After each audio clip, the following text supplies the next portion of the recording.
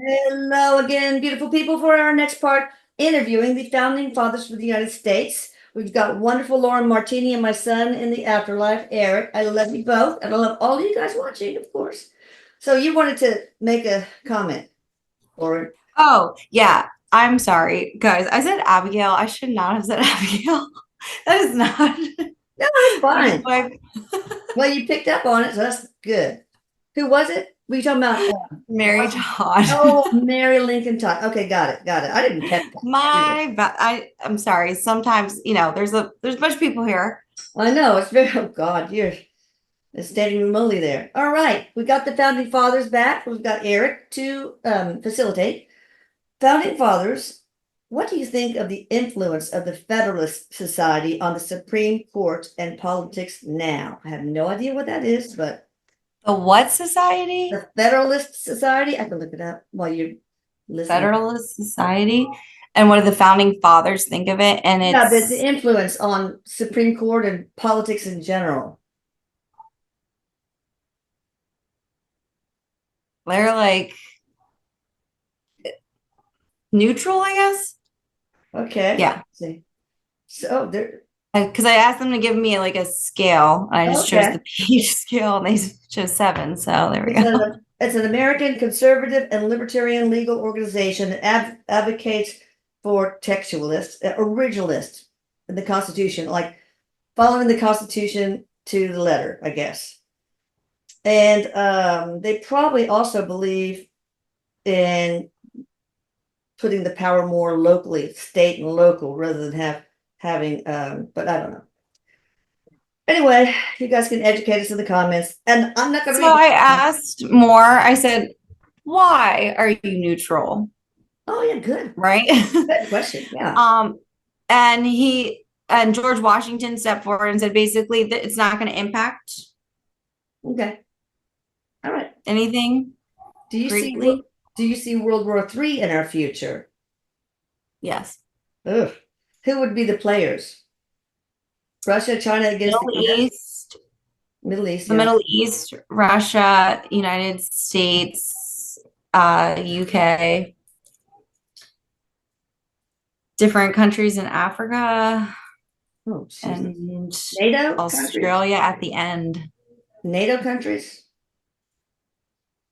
China? That's not, I don't know yet.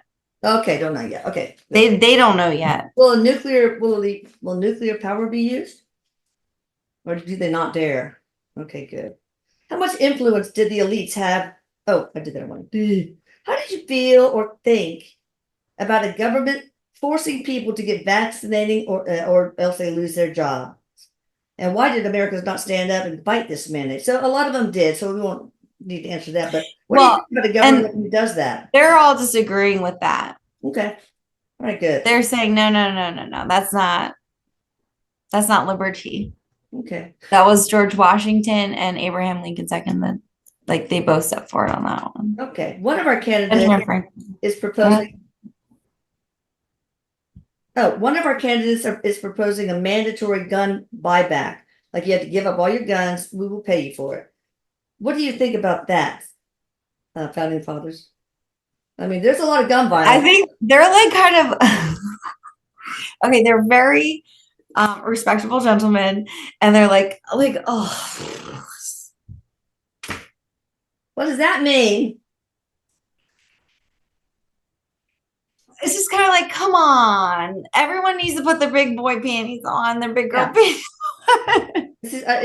Are they saying Okay, thank you, George. I encourage George because he's been like very vocal. He's saying, listen, the government was put into place because we didn't have technology, folks. He said you couldn't just go on YouTube and figure out how to do something. So if Yeah. somebody came by, with their cart and showing Right. like you could really like hurt people back then, right? And it's just become this very regulatory, nobody's responsible for themselves because the government didn't tell me. It's like the collective just straight up gave up all their power and was like, oh, we can't think for ourselves anymore. You tell us. Oh, that's terrible. All right, so it didn't sound like you're for that, but No, I don't. I think it what about a feels to compromise? me, and I'm getting a lot of Just head one? nods Oh, yeah, that, yeah, that's opposite of what they wanted. Well, I mean, what do you think about a compromise? How many people really need assault weapons, for example? Should to solve how many people they need to solve need what? assault weapons, assault. Oh, I mean, do you think that should be a compromise where we eliminate those, or should that still be the right of the people to have to own, in your opinion? he's saying if no, does who needs that kind of a weapon? I know, I know, I know. But should it be outlawed? Right? Should it be outlawed? But he's also saying now if there is an individual that is a very skilled gun maker that needs to Yeah. have these things because we do have the technology. So yes, there needs to be things in place because just like the rickety cart, right? You still have the warnings on your stuff now, you know, the rickety cart can't come down without a warning on Oh, it. really? Okay. So What are like, you, you know, there still needs, he's not saying regulation is bad per se, but he's saying, you know, some is good, Yeah. but we can't expect the government to know absolutely every single itty teeny tiny little thing that every single person is doing, and then also give you your freedom and your privacy. And he's like, you know, you can't do that. That's just like, that's not a, it's not, of course not. it What doesn't do you think work. about term limits? What about them? Do you agree with term limits for politicians or disagree? Yes. There You needs to agree? be Okay. term limits. We're Um, gonna try to squeeze all he these. says now, in, so. let's talk about, this is George Washington.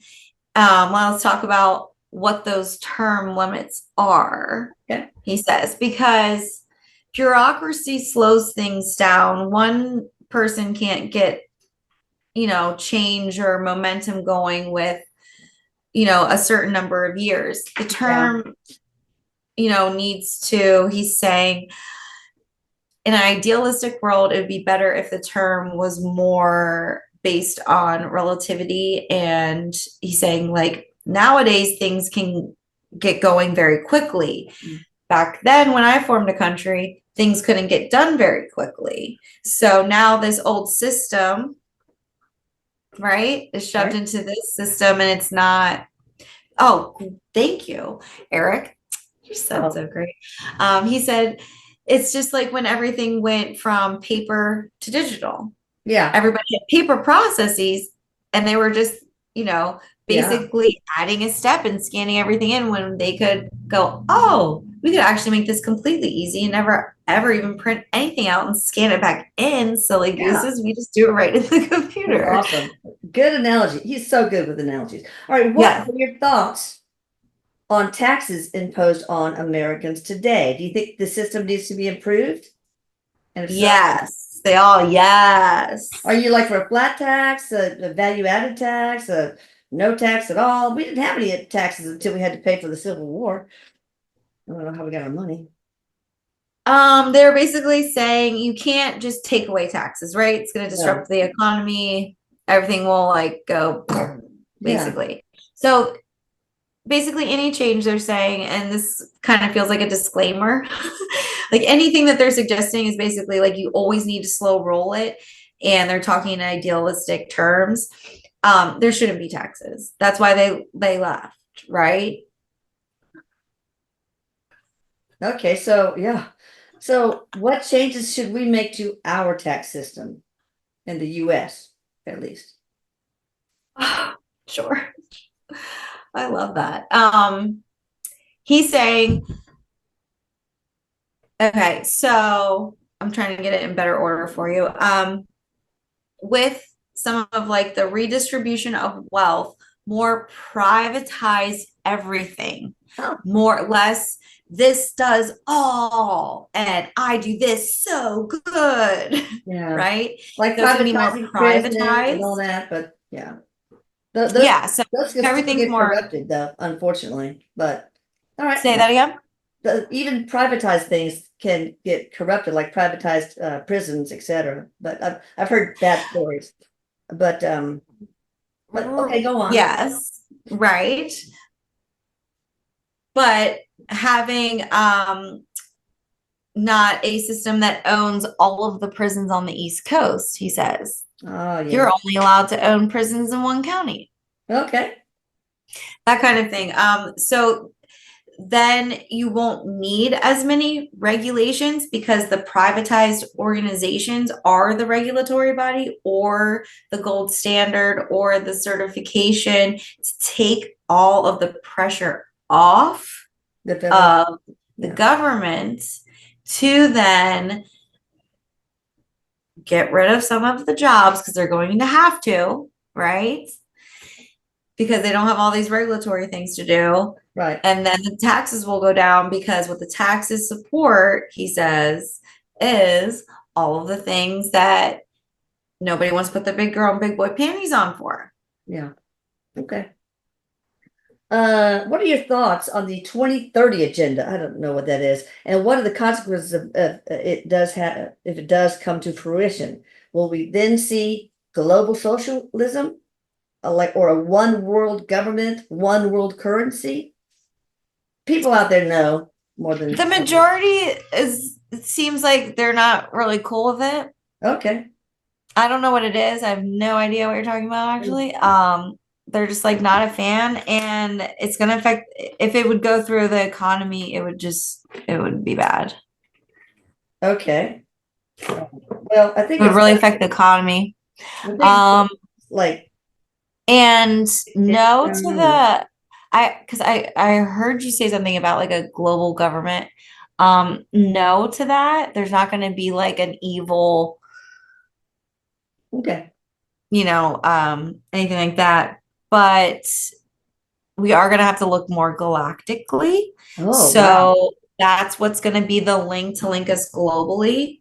George Washington is explaining. So once the Earth, right, the majority of the collective now believes in aliens. They understand that they're there, and that's pretty much where we came from, right? Yeah. So now that the collective is moving that direction, there's going to be some instances in relativity in time and space where the multiverse cosmic energy forecasts, we're going to have to get intergalactic. Like the aliens, right? We're going to have to communicate. Thinking that far as so.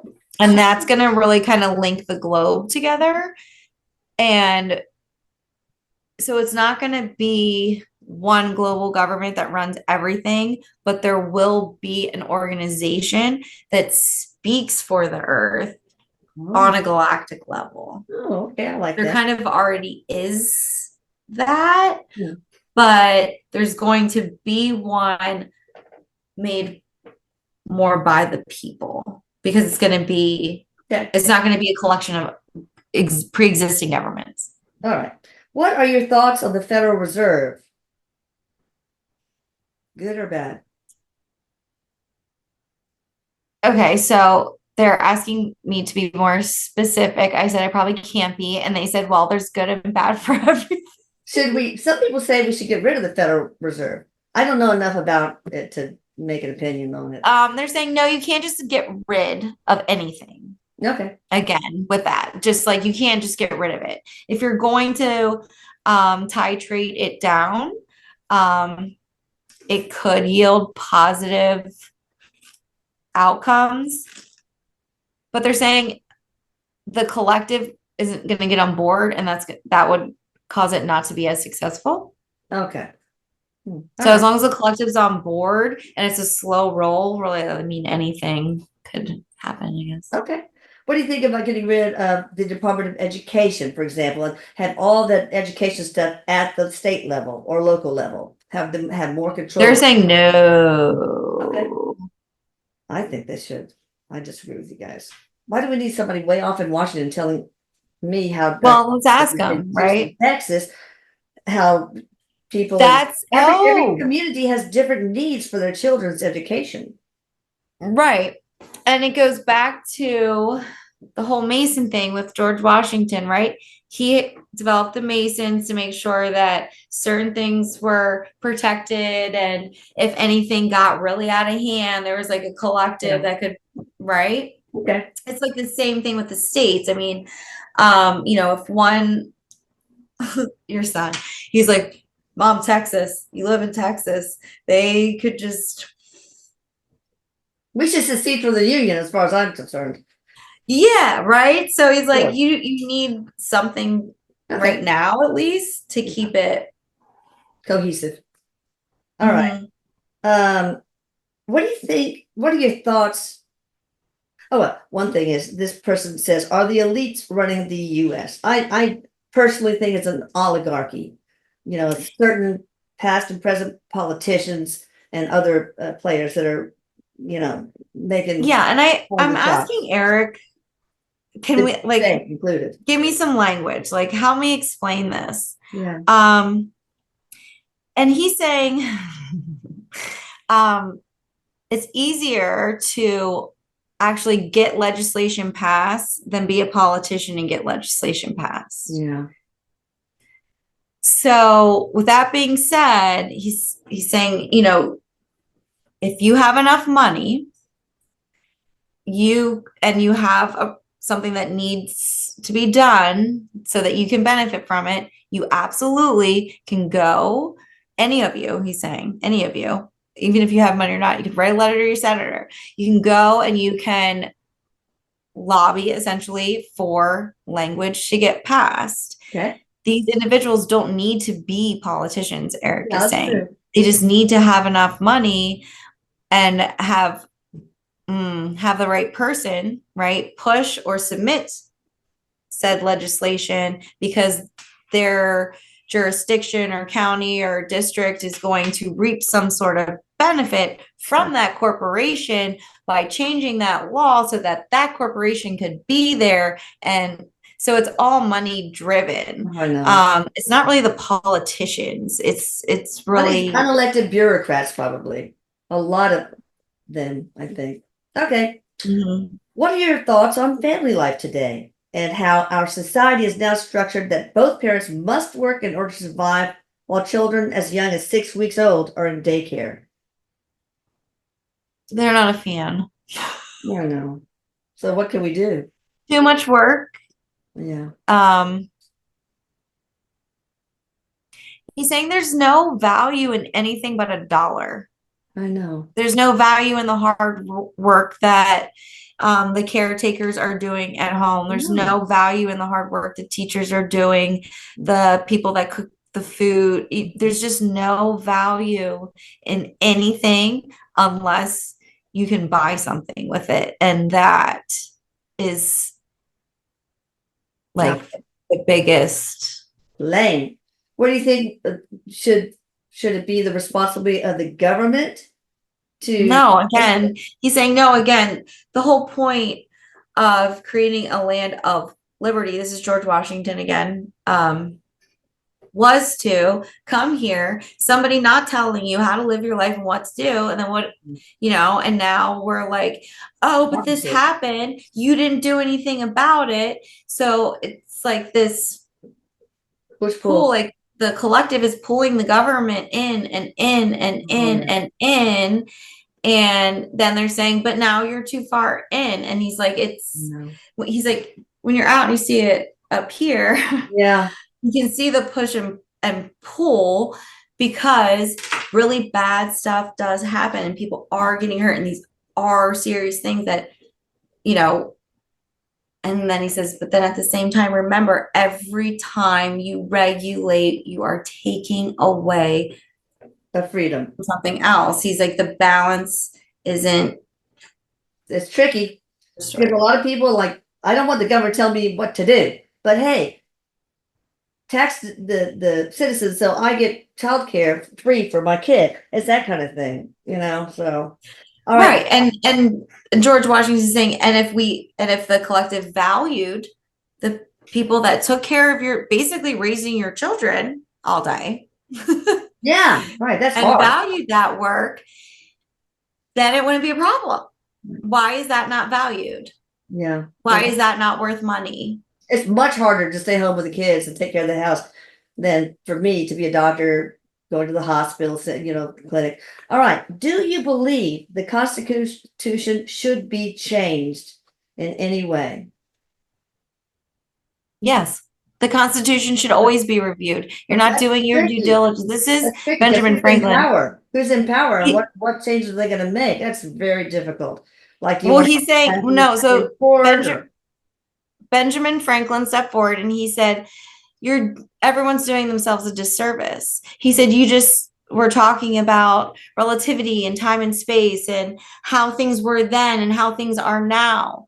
They are not the same. Your collective is not the same. We base this off of a collective. And what he said, you heard it from the horse's mouth. George had to give up women's rights and slavery to get people to be allowed to even have a home here and grow food for themselves But without I paying beg to differ one thing. We already have a system in place to amend the Constitution where it's still a democratic process, where 2/3 of the state have to agree on lots of stuff to change. But Benjamin Franklin saying it shouldn't be such a contentious thing. It should be something that's reviewed every so often. And he goes, now here comes the term conversation again. Do we review the Constitution with every new presidency? Is it after they complete a term? Do we need to expand the terms? Do we need to shrink, and he's saying, like, as the collective changes, so shall the government or whatever regulatory body is there. And Benjamin Franklin saying the whole point of this was to eventually get a group of individuals to the point where they don't need a government. Yeah, you're luck. Not gonna be in my life. But to me, yes, society changes, but humanity still has the same need for rights. So I think the constitutional amendment avenue is fine. If you let anyone, let's review it. Oh, yeah, executive order, blah blah blah. No, all right, we'll go on because I want to try to finish all these questions real quick. Okay. Should the country try to hold on to the values of the past, conservatism, or should we move to future ideas, liberalism? I mean, are you an originalist, constitutionalist, constitutional conservative? Who? Which one? Any of them. Okay, so George Washington says, I'm a true libertarian. Well, I am too. I love it. All right. Benjamin Franklin's, okay. They're all going libertarian. Okay, I believe that. What are your top 3 presidents that really made a difference to the people of the US and the world? George Washington, I'm sure. Abraham Lincoln. Yes. I got JFK popped in. Barack Obama.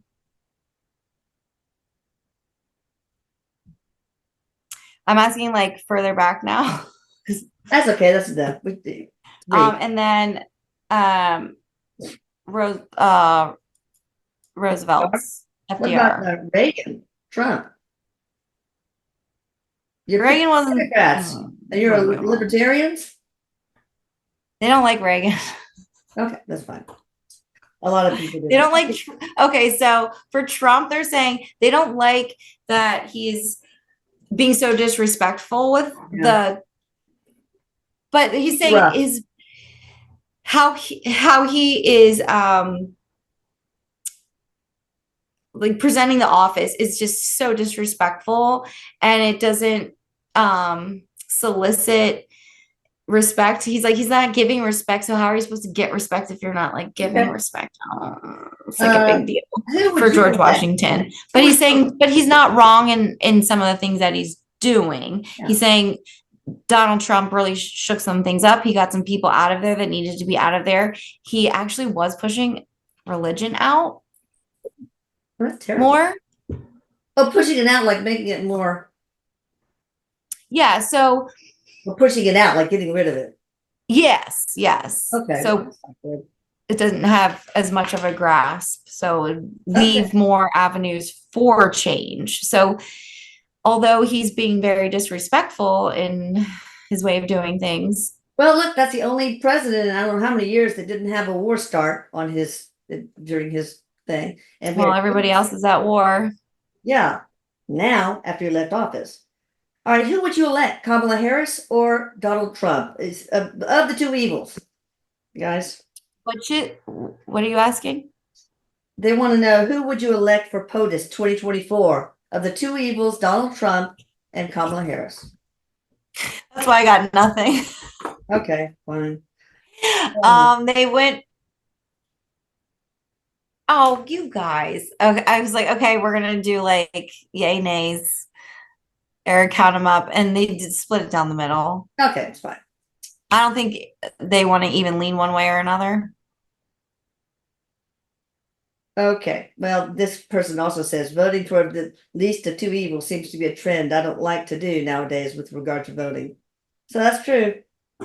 Are y'all all, are any of you guys in human form and now like have reincarnated? Yes. Or how many of you? 7. Are you public figures now or non-public? 5 of 7 are spiritual, politics, Okay. movie star, Oh, wow. and like an anthropologist. Cool. Oh, and there's one more. Oh, it's another spiritual leader. I'm sorry. Okay. All right, that's it. That's all we have. I do want to ask Okay. Eric, you want me to use this as one of the symbols we encode on the crystals, right? This is from Yeah. Atlantis. What is this representative of? How will it help the one who has the crystal in their hand? Okay, it's so funny because I have that like tattooed on my hand. Let me see. I got a symbol tattooed. It comes off my palm from like doing different stuff, but I got it channeled and then I got it tattooed on my arm. Wow. That is an elemental symbol. And so the triangle, the upside down triangle. It might be like this. I don't know really, but let's see like this. Yeah, well, that's what he's saying. He's saying the triangle. I think you had it right. Okay. That's magic. Oh, okay. Okay, so you're conjuring, you're calling on. That's an ancient symbol for calling on energy. You're the dot, he's saying. So you're like the earth. I thought maybe that was a third eye or something. Well, essentially, you could think of it that way too. But if you're thinking of it from a cosmic level, you're the dot. And then, right? And then that shoots up and swirls around to call the energy. So it's like it's an open like channel or like wormhole for you to pull the specific energy that you need to do whatever you're doing. Healing energy, etc. Right? Yep. All right. So it's a way to channel energy to yourself. Mm-hmm. Earth and So I use a lot of that stuff too, Elisa. It's really old elemental magic. From what I'm understanding from Erik with some of the stuff I've been doing is it's the only kind of magic we have here on Earth right now. Yeah. That's true. Because all of our relics and ley lines got deactivated. What? By whom?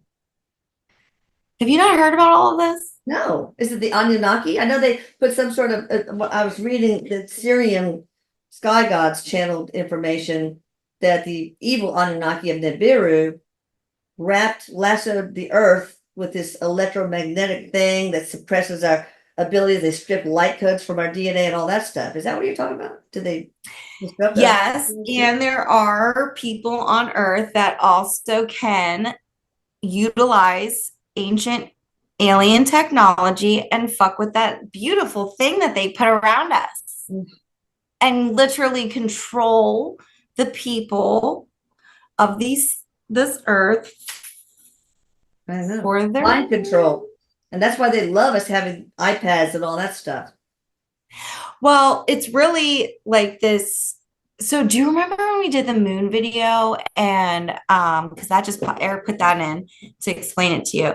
And I was talking about how like if we accidentally would ever see the people in the spaceship, that thing like makes us look down. Oh yeah, right. Or like not notice it. Yeah, right? Like we always look away, it always gets Yeah. erased, that kind of thing. It's the same technology Wow. that's put there.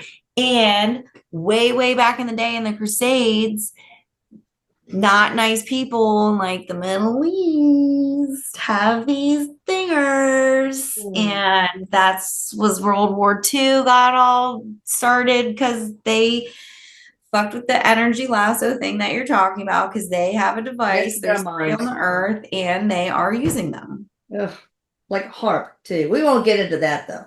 All right. Thank you, Lauren. No. Thank you, Eric. Please. Oh, we were still, I was just talking to you. I'm Oh, sorry. no, no, it's good. Please check out Lauren Martini's information down below, and it's also probably was already on the screen. But yeah, I love you guys. I love you, Eric. I love you, Lauren. Please hit the like button so we can improve our algorithms, and hit the subscribe button unless you like. Yes. All right. Thank Love you. you. Bye. Bye.